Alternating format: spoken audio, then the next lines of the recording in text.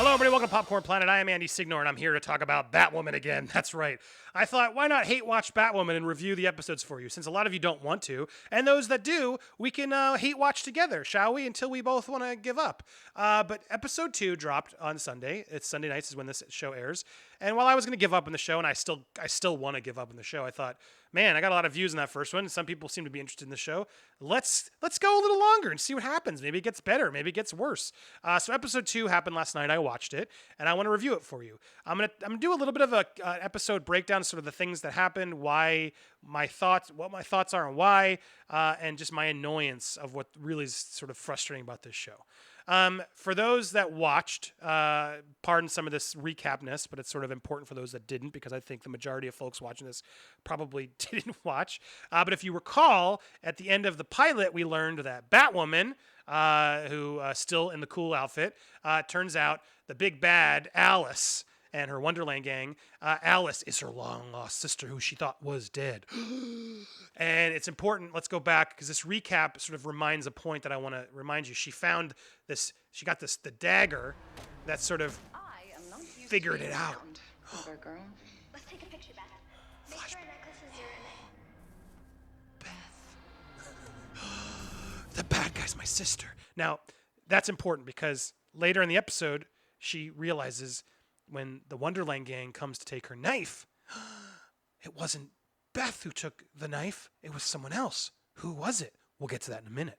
But before I get into sort of the breakdown, there's one real problem with the show that I have. There's this narration that she's doing. And they justify it by her, Kate, who is Batman's cousin. Batman's been out of Gotham for 3 whole years for no reason. There's no reason brought. But Batman's gone.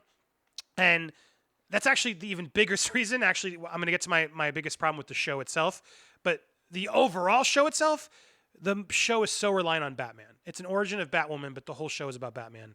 And then you can't see Batman. You have no idea where Batman meant. And everyone's so enamored and remembers Batman that she's just living in the shadow of Batman. And without having any sort of Batman introduction or Batman dying, just Batwoman, it's tough to work because we don't understand who Batman was. Was he good, bad, violent, crazy? The whole point of the show sort of just falls on itself because, Arrow, Flash, they're all sort of people on their own. But Batwoman is so about Batman that, and I'm talking the show itself, not comics. I haven't read the comics. This show is all about Batman, but we can't see Batman.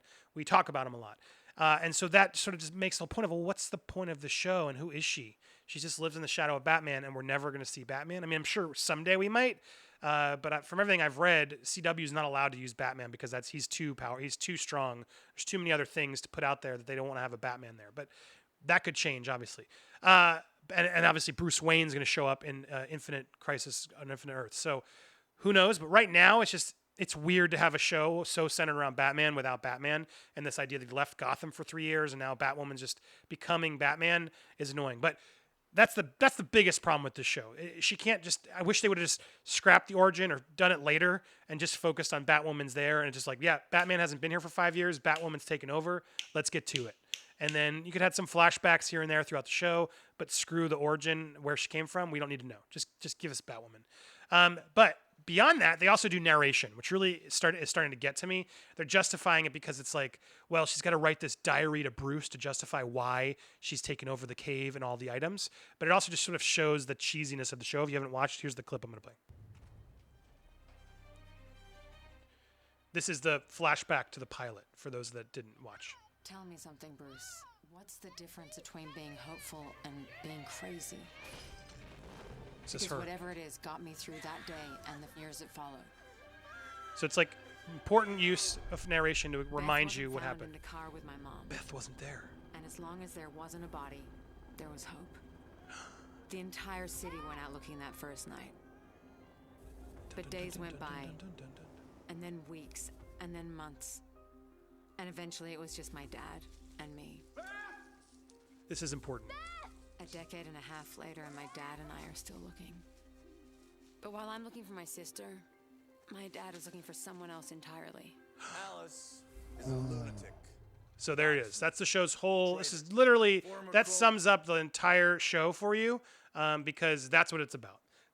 Currently, the show is about Kate is looking for her long-lost sister, who is never actually found, and her long-lost sister has now turned out to be the big villain of Gotham City, Alice and her Wonderland gang, and their father knows Alice is a sociopath, crazy person, believes there's no way that could be his daughter. And as we learn throughout the show, quick sort of plot breakdown, they found her bone fragments later in some, months later, and that sort of defined the death for the father.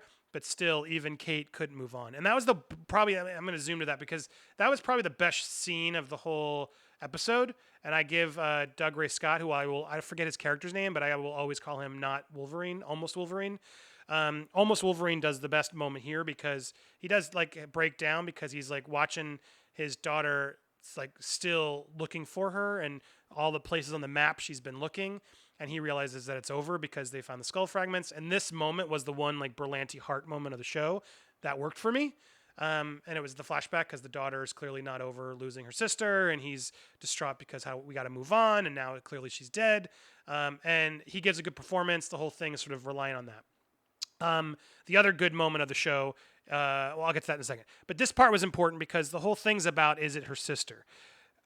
The whole idea of it is stupid. That's what's so problematic about it. Even though that scene was acted well and I didn't hate it, and Doug Ray Scott, Almost Wolverine, does a good performance, it's just the whole thing. We're like less than an hour and a half into the show, and we supposed to believe that Batwoman and her Joker are already just related, and we've just found it out in the first 2 episodes. It's just like too much coincidence and convenience for the script that I just don't care. That's like feels like let's earn that twist later.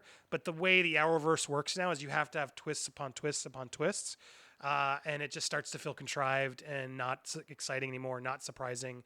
And I just don't buy it. Plus, the actress who's playing, let's be honest, both of these actresses, they're just not that good. Ruby Rose is trying her hardest. She is trying, I'll give her that, but it still feels like she's walking through the motions, trying to figure out how to be a badass Batwoman. And when she has a suit on, she looks cool. But every other time, I don't know, I don't buy it. And then I don't know who this actress is, but she's just hamming it up. And this person, if she's really who she says she is, needs to be like a sociopath on the level of Joker level, because she really has gone crazy, and she's not. And I just don't buy it. She's too much of a soap actress. So the acting's not there. The plot is sort of too contrived. And while this episode was better than the pilot, only in that it was less plot, while it still had lots of plot, it didn't have to introduce all the characters. We've met them already. And that's the benefit of an episode 2, is you've learned everybody. Okay, episode 1s usually suck because you got to learn all the characters and then what they're doing. Episode 2, now you learn them. Okay, now we're going to focus on plot. And the plot they're leaning into heavy is the family plot, which I just don't care. I don't buy it. I don't believe it. It's happening too quick. It's just dumb. And so what makes it even dumber is the fact that we learn Alice reveals to Kate that, yes, she is the sister, but there's still some doubt. Could she be? I could be faking it. She's like trying to play it like crazy. But then she, at the end, like, did you stop looking for me? Because what's the sister's name? Beth. Alice, let's call her. Alice is upset because you stopped looking for me. And Kate's like, I've never stopped looking for you. It's one thing I'm not over. And you could tell she's being genuine. The acting's not great, but in the characters, clearly Alice can tell she's genuine. So at that point, she slices her hand and was going to give her a bloody knife to sort of do the DNA test for our dad to prove it. I am your sister, so they could show that they have the same DNA or whatever.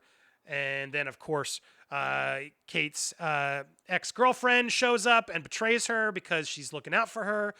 Kate had told her to delay the Crows, who were the security outfit, to not come to her because Kate left a secret message to see if it was her sister, and the secret message was waffles. And she goes, says waffles, and then they meet at their secret park where they ate waffles. But the friend who knew tells on her because she wants to save Kate because she thinks Kate's in danger being too close to Alice. Blah, blah, blah, blah, blah, blah, blah, blah. It's so much stuff that sort of just doesn't matter. And it's all very too much fast. The girlfriend plot, it's clear they're going to hook up later, but they can't now. So the ex-girlfriend's there. Do I have a shot of her? Does it matter? Sophia, she was the one who was kidnapped at the pilot. Is that her? Yeah, there she is. That's Sophia, the ex-girlfriend, who's, torn between, do I help my friend and lie to my bosses, or do I save her because she might be in danger? It's yada, yada, yada. but clearly a love triangle is about to brew. She's now married to some dude, and Ruby Rose, Kate clearly doesn't believe that it's real. But then she tells her at the end, I'm off the market. I'm not interested. I'm happy. We can tell, obviously we've seen the shows, that she's not. She misses Kate. So that's like most of the dumb plot that happens. But then, of course, because the Arrowverse doesn't, you need more twists on twists on twists, as I've sort of made fun of. The typical Arrowverse show isn't just, ooh, this person's bad. It's, this person might be bad. Ooh, oh wait, that person you thought was bad, that person's good. And then 3 weeks later, oh, the person you thought was bad is now bad again. They literally do this 100 times in all shows. Oh, they're misunderstood. No, they're evil. Oh wait, it's just too much. So of course, we couldn't just have a character in the world be nobody. So at the very end of the show, we have a big twist. Spoiler alert, if you wanted to actually save it. The very, very big twist at the end is we reveal, well, that knife in the beginning. Who took the knife? If it wasn't, what's her name? If it wasn't Alice's cronies, because they admit it wasn't, who could it be? And that's when we realize that her who is it? This character, Catherine, her mother-in-law. What? Her mother-in-law is actually pulling the strings. The one who's married to her dad. She's the one who hid the skull fragments to trick the dad. She's the one who got the knife to try and make sure that they couldn't do a DNA test so no one could figure it out. She's hiding something, guys. She's bad. It was just really forced and so obviously stupid. And what was really funny is I read this article where they talked to the showrunner, who is named, who is the showrunner here of the show, Caroline Dries, who's like hyping it up, and yeah, we're teeing up a mini villain with a huge secret about how she's connected to Beth and Alice in the past. Like everything in Gotham, nothing is exactly as it seems, and Catherine's one of those people, and Kate's going to discover secrets about Catherine that are absolutely bonkers. Oh God, eye roll. But then, as the interviewer rightfully does, so she's comparable to Arrow's Moira Crean, an iconic mother who crosses lines in the names of her kids. You can just tell deflated. Yeah, kind of.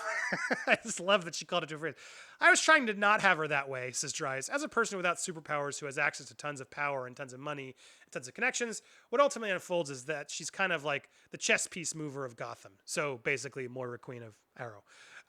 Anyway, so that she is just copying the same notes as the other shows. And that's why the show so far for me isn't working. Now, granted, I haven't watched Arrow at that much. I gave up on it because it was silly. So I probably might, I can withstand a little bit of this for a little while because I'm not so used to, the 10 seasons of Arrow's ridiculousness. But this show's already getting there in episode 2 is not a good sign. Furthermore, the other thing I really disliked about the show is she just drives around on her bike. Ruby Rose just drives around on her bike. I'm trying to find the moment. She literally rides into Wayne Manor on her motorcycle. And you got to remember, this is, she's driving it in. Here it is. She's riding her bike as Batman on Kate Kane's bike. And she's literally ripping through the city on a loud motorcycle. And let's see how conspicuous she is driving into Wayne Enterprises parking garage. like what? She literally is like, vroom, vroom, vroom, vroom, vroom. Yeah, like, it's not like some secret Wayne Manor she's doing it. No, she's like got a belt garage opener that hides a secret door in the garage that she didn't even look behind her. Just rolled right into the Batcave and then to an elevator. And Wayne Manor is now the Wayne building. And she just basically just rolls right in like it's no care in the world. It's just the whole attitude of just like, she's no Batman at all. Like, there's no secret like good stuff, and Luke is always on her case. It's like, you can't keep doing this and breaking the weapons, and he's right. But she's like, I don't care. And then we have this annoying Luke Cage. I keep calling him Luke Fox. Is just like, I don't want to help you. It's like, just help her already. Come on, can we just become Cisco or Felicity and just do it? Just be the helper. We know that's who you are. That's your dad. Like, obviously you're gonna help her. And then of course he does at the end of the episode. Anyway, the point of this whole show is just so dumb. It's just so dumb, and I've seen it. It's like, it's not the worst show I've seen, granted. It's just, cheesy and hammy at times. But nothing in it is just needed. It's just, we didn't need any of it. It's just been done to death 100 times because the Arrowverse has covered it. Now, if they'd waited several years and brought this show on, it might be nice to have like, oh, cool. It's like Arrow reborn, but finally as Batman, because everyone thought that about Arrow in the beginning. Who needs Arrow? Just make him Batman. But then they found their own footing, and Arrow is a cool character. and like lives in the shadow of not being as cool as Batman. There's something about that. But Batwoman's like now even the shadows of two big characters, of Arrow, who's not as cool as Batman, and then actual Batman, who's her cousin, who we can't talk about. It's just so silly that the CW's stuck in this. And I am not feeling it yet. Still, episode 2 is just as bad. I'm trying to look if there's anything else from my notes that's even worth mentioning. So many flashbacks. The flashbacks are probably the best part, though. Like I said, that scene with the daughter and could have been Wolverine was pretty good. But yeah, Luke needs to get over it and help her already. So much convenient plot stuff, so much contrived forcedness happening right now, just from a plot standpoint. People are focused on the gender. I don't have a problem with that at all. I have a problem with just how hokey the show is. The narration on top of, as if the narration up top by Kate isn't enough. Then they also have Vesper Jones, who's narrated by Rachel Maddow, who's fine. Actually, I don't have a problem with her doing it. I know a lot of people were like, oh, triggered and, oh, how leftist, whatever. She's fine. It's sort of what character she would play. She's playing like the radio host. But it's like, she's a narrator that sort of makes sense because everyone's listening to the AM radio in Gotham. She should be your only narrator. Having two narrators, competing narrators, is silly. The whole letter to Bruce, it's not a clever trick at all. It just makes it gives them a reason to be able to do stupid things quickly, which they should just figure out how to do smartly. But it's hard to do when you have to fulfill so many episodes for the CW, and these shows just become the same over and over and over again, overly silly. And when your show's already silly in episode 2, oh man, we got some trouble. So I don't know. I don't know when to watch this, but I wanted to give you guys a recap of episode 2 to see if it got any better. It's better only in that the characters are introduced, and now the plot's a little less weighted, but then the plot's still stupid. So I would say it's equally as dumb. What did you think? Did you watch it? Do you want to watch me hate watch it more? Do you like these recaps so you don't have to? Let me know down in the comments below what you think. Hit me up on social media. I might watch this until Crisis on Infinite Earths just so I'm up to date on what happened with Batwoman. But I'm not even watching Supergirl. I'm not watching Arrow anymore. I don't watch Legends of Tomorrow. I still watch Flash. So odd choice. But I'll do it for you guys if you want it. So comment down below. Thank you so much for watching. I got some more videos coming soon, so stay tuned. Please hit that subscription button and that notification bell, and I'll be seeing you soon. Thanks, everybody.